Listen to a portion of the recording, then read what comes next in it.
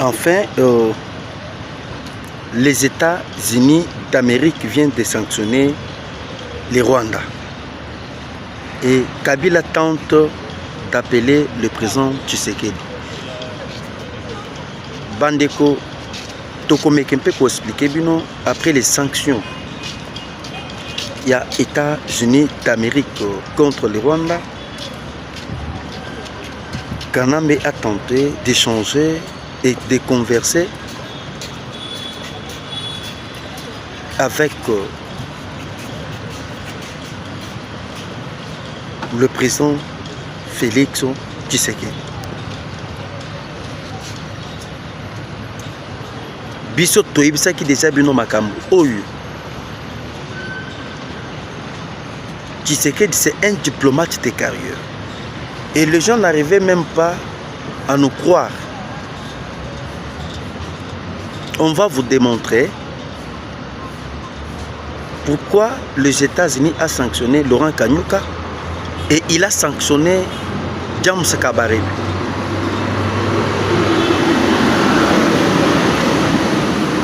Parce que nayoki batu epele bazali koloba.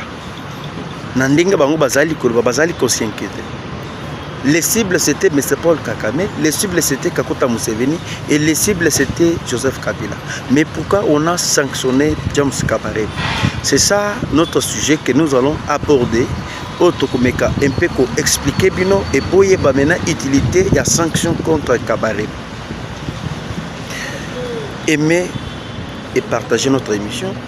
Abonnez-vous massivement et n'oubliez pas de partager notre émission parce que na minute oyo ndenge tozali koyebisa bino Kabila doit se préparer d'aller à la CPI. Kabila a kokende na CPI. Ce n'est pas pour rien à tenter ya kobenga le président Tshisekedi.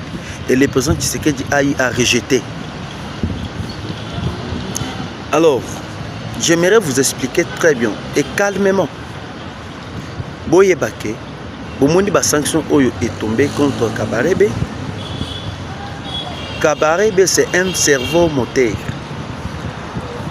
Muntu oyo asimi stratégie militaire ya Rwanda, muntu oyo asimi stratégie militaire ya sous-région ya Afrique ya Grand Lac, c'est James Kabarebe.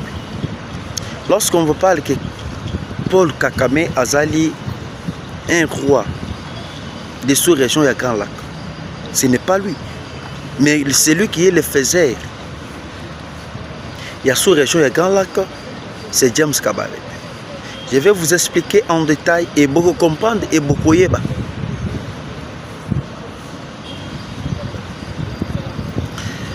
À l'heure actuelle, mes chers amis, cette fois-ci, celle que les intérêts qui priment. Les États-Unis n'ont jamais eu une main sur les Congo. Celle que la France et l'Union européenne. Mais comme Biden fut au pouvoir, pour faciliter l'Union européenne, c'était l'administration Biden qui a été composée des démocrates. Si actuellement, les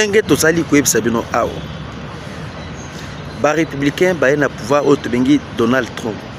Et Trump accompagne déjà qu'ils ont perdu beaucoup à ce qui concerne la continuité de la France, la continuité de l'Union européenne, à leur mafia via derrière le Rwanda, voire même l'Ouganda.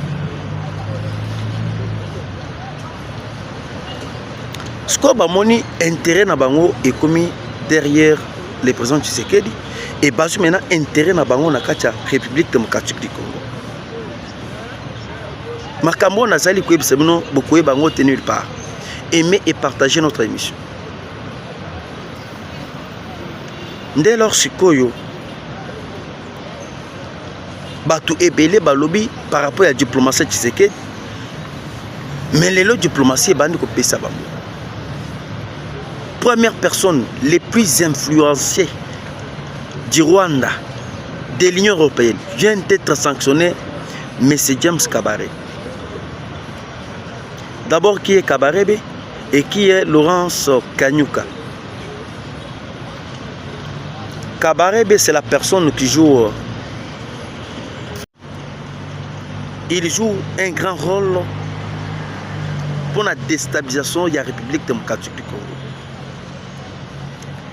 Parmi Batu Oyo, la déstabilisation qui Bengi Mobutu avec une rébellion, c'était James Kabarebe. Kabarebe a déstabilisé RDC dans les années 1967 et 1997 et 1998.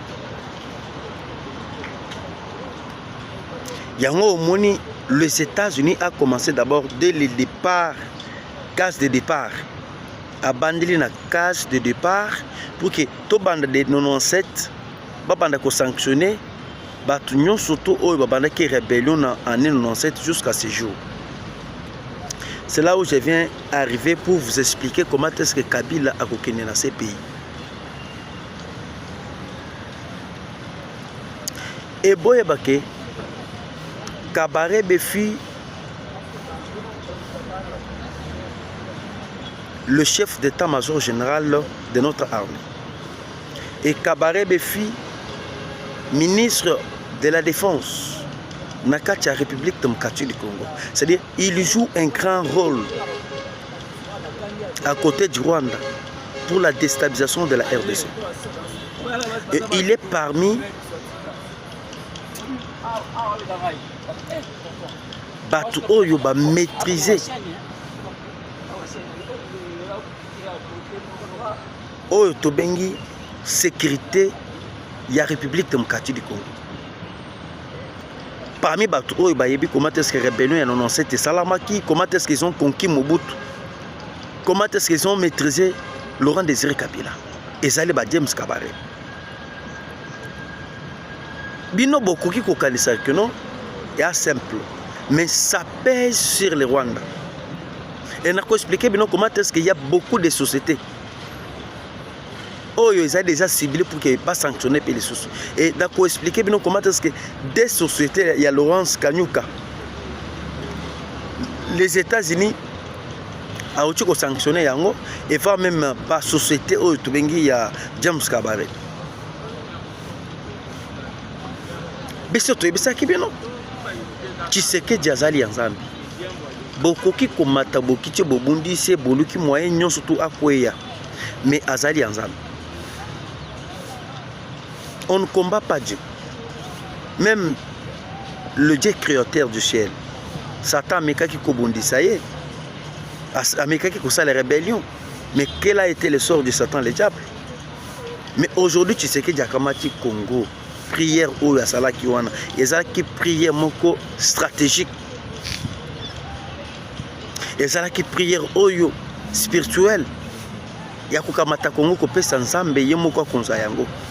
Ça ne vous dit pas quelque chose, mais lelo makambo nyonso tu oyo bato nyonso na bakoki kosala boyebake tant que Tshisekedi akamataki Congo apesaki Nzambe aya kufanda, c'est-à-dire bazali kobundisa Nzambe makambo nyonso tu oyo bango bakosala et kokende en vain. J'arrive. Sikoyo boyoka. Kabarebe, les États-Unis d'Amérique a ouchi ko sanctionner bango. Ba bien na bango nyonso. Oyo ezali na kati États-Unis d'Amérique, ezali confisqué tous les comptes bancaires de James Kabarebe ezali bloqué.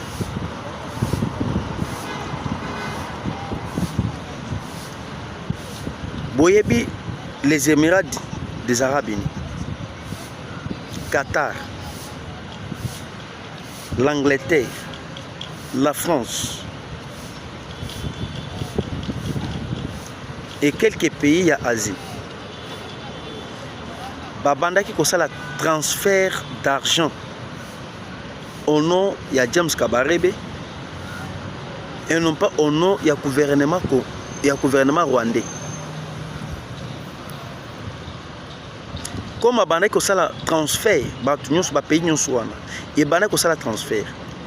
Na minute même mbongo oyo ya Laurence ya monsieur James Kabarebe oyo bamboka nyonso wana ebandaki kotinda mpona koalimenter guerre ya est ezali bloqué par les États-Unis d'Amérique. Et boyeba que ça pèse trop sur les Rwandais. Na minute oyo Kakame azali kolala les sous-soutés. Mais pourquoi, à ce qui concerne les sanctions de Laurence Kanyuka, Laurence Kanyuka azali na deux sociétés. Il y a minene, il y a or na colton. Moko ezali na kati ya France. Oyo tozali kobenga Kingdom. Mosusu oyo société na ye ezali na kati ya Angleterre. Oyo tozali kobenga société Blooding. Société Blooding oyo ezali ya Laurence Kanyuka. Et Laurence Kanyuka azali parmi un cerveau moteur qui joue un grand rôle de diplomatie européenne, diplomatie anglaise. Et Laurence Kanyuka azali un homme d'affaires. Des fois, il peut abimisaka mbongo na ye avant que l'Europe ait soutenir bango. Il peut abimisaka mbongo na ye pour alimenter la guerre de l'Est. Et Azali a joué un grand rôle entre Alliance Fleuve Congo et aussi les M23. Il fut un ancien secrétaire général, il y a parti politique, il y a UNC, il y a honorable Vital Kamerhe.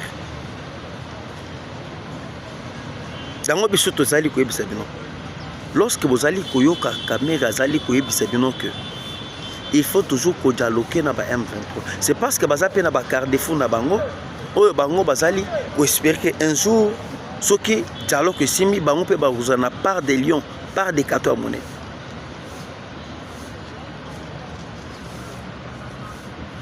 En tout cas, vous aimez notre émission et vous partagez Bissira Bozali partout dans le monde.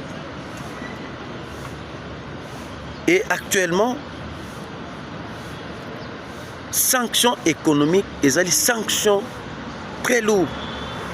Il y a ma sécurité.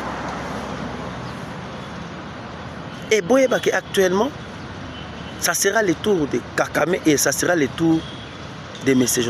Joseph Kabila. Ça, ce n'est que le début. Oyo ezali ebandeli. Et imaginez-vous na kati ya Conseil de sécurité des Nations Unies.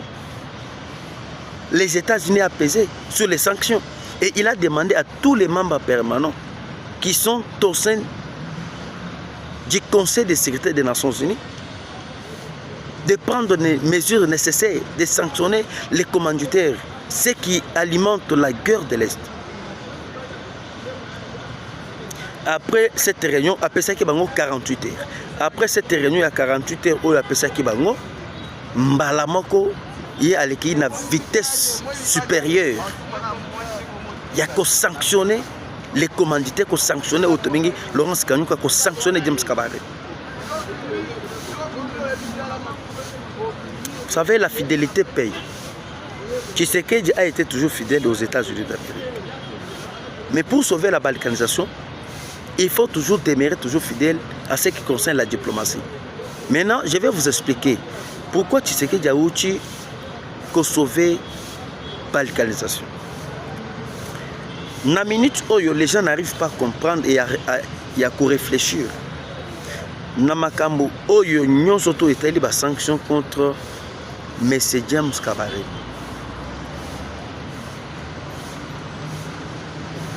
Vous voyez que Museveni, Kakame, Kabila et Katumbi. Basala qui déjà na plan ya balkanisation. Balinga qui basa la République du Kivu.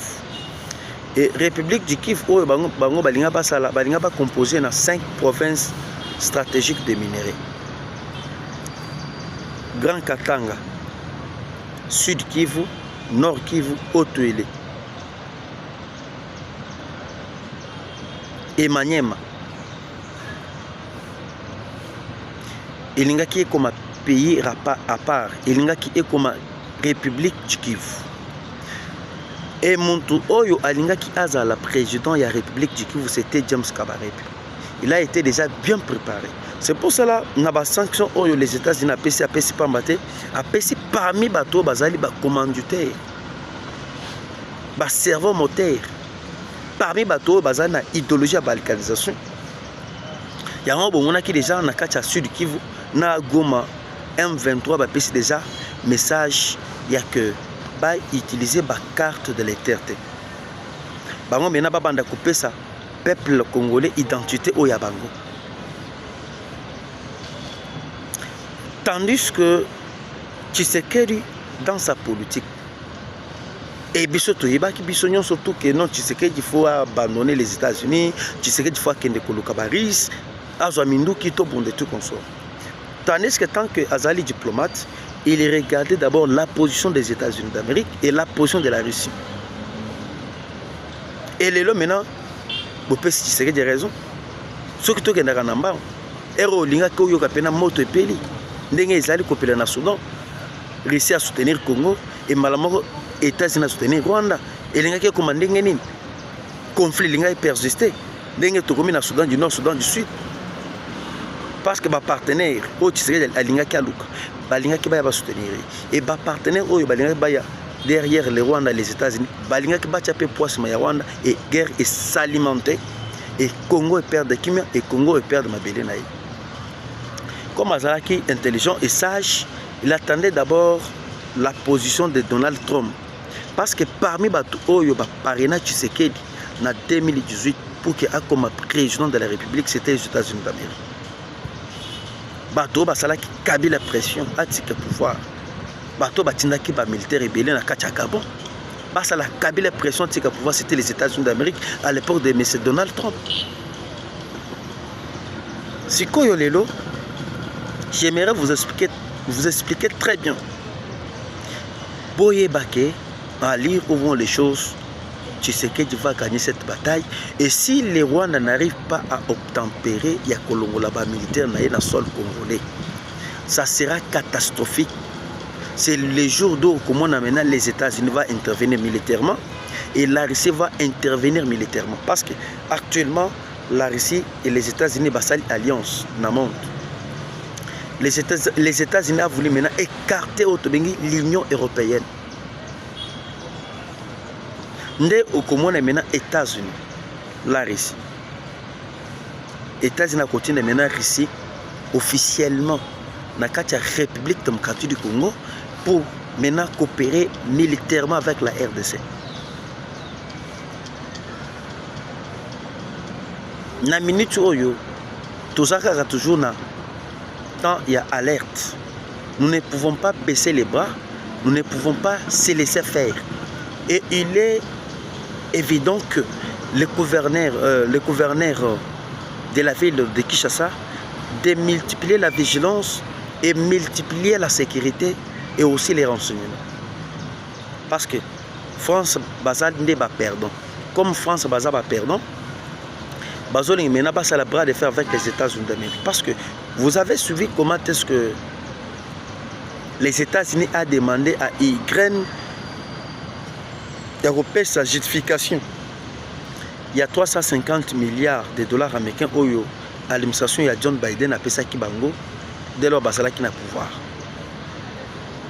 Et Zelensky a lobby que non, c'était la France, 350 milliards. Et les 350 milliards là, il y avait même des armes lourdes au Bapesa Kibango pour défendre contre la Russie. Mais tous ces milliards là et des armes, vous savez qu'il y a des qui détournés par la France et qu'il y a qui Nakacha, Kenya, Rwanda et l'Ouganda pour faire la guerre contre la RDC. Et beaucoup de revanche au Russie à Kossal. Russie à Kossal revanche pas battre parce qu'il y a des militaires russes au Bakoufa, dans le territoire Nabango. Territoire Nabango, c'est là qui est violé par la France et voire même Ukraine. Et tout ça que vous voyez que le Macron comme les États-Unis d'Amérique, Trump, c'est parce que déjà Poutine est très en colère. Poutine va faire une revanche.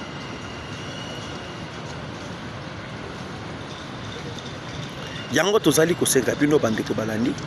Bo aimer notre émission et bo partager notre émission sur notre chaîne Olivier News Télévision. Et n'oubliez pas de vous abonner massivement et de cliquer sur cloche pour qu'à chaque temps et à tout moment, vous avez actualité chaque jour ndenge et longobal. Alors, bandeko balandi, nous surtout à Olivier les News Télévision. Je suis très content et très ravi. Na minute yo boye ba déjà que M. Kabila abengaki présent Tshisekedi. Tout ce temps ici, Kabila tikala jamais kobenga Tshisekedi. Et lelo Kabila ye kobenga Tshisekedi. Ponani. Babandaki komona ke Tshisekedi akokoya avant que makambo efanda ya administration ya Donald Trump. Yango monaki basalaki rébellion na bango avec cet objectif pour maintenant imposer Tshisekedi à négociation pour que bango maintenant ba effacer Tshisekedi en complice avec la France. Et lorsque basali yango et poye bake makambo est compliqué bango. Puisque Kabila tali maintenant, il n'a pas le choix. Il n'a pas le choix parce qu'il y a des sanctions qui vont arriver, qui vont tomber sur tous les dignitaires. Il y a FCC, les PPRD. Il y a un moni à Kamati au Tobengi, au bien maintenant qu'on a nommé président d'intermédiaire à PPRD parce qu'il se sent déjà, il pressent déjà. A commis le col à Moutamati, les colos en zété, à moni nyoka ibimeli. Nassé en zété, Lyon. Ebimelié. Atali na mai ngando efongoli monoko. Siko ya kokende wapi. Mena sanction ebandi kotomé contre les dignitaires. Ya bato basali ko alimenter guerre ya est. Cette fois-ci so azali bana bako kangai. Soki azongi aw bako kangai. Mena soki akena est bako lingate bakufa bango moko te bako mena bakufa pe na ye. Akokende siko wapi. Yango, il a tenté d'appeler le président Tshisekedi et le président Tshisekedi a boycotté de le recevoir et a rejeté son appel. Et pour cette situation diplomatique, il y aura de l'impact. Il y aura de l'impact sur la diplomatie. Alors, mes chers amis, mes chers compatriotes congolais, actuellement, la ville de Butembo est calme, la ville de Lubero est calme. Na minute imaginez-vous ba militaire bazali kosondo la minduki, ba militaire bazali kokima bituma na front. Et loko oyo tikala ko sali matin. Et tosali ko yebisa bino ke armée ezali infiltrée. Ba M23 ba bandi pe kolota ba teni ya FARDC pour ko infiltrer ba FARDC ba bakeno bango pe ba yeko bunda. Nzoka ezali bango ba yeko bunda te et se sont démasqués na ba unité ya FARDC pour que bango ba yeko décourager forces armées de la République démocratique du Congo. Et je vous préviens, Bemba est parti. Bemba ke wapi. Bemba batami. Tukoye bisibinote isikambe bazali. Parce que les ennemis sont là en train de nous suivre. Comme ennemis bazali wana moyen à l'obésité, moyen à dévaler isaté. Mais du sauf Fachi a un plan B. Je dis et je vous remercie.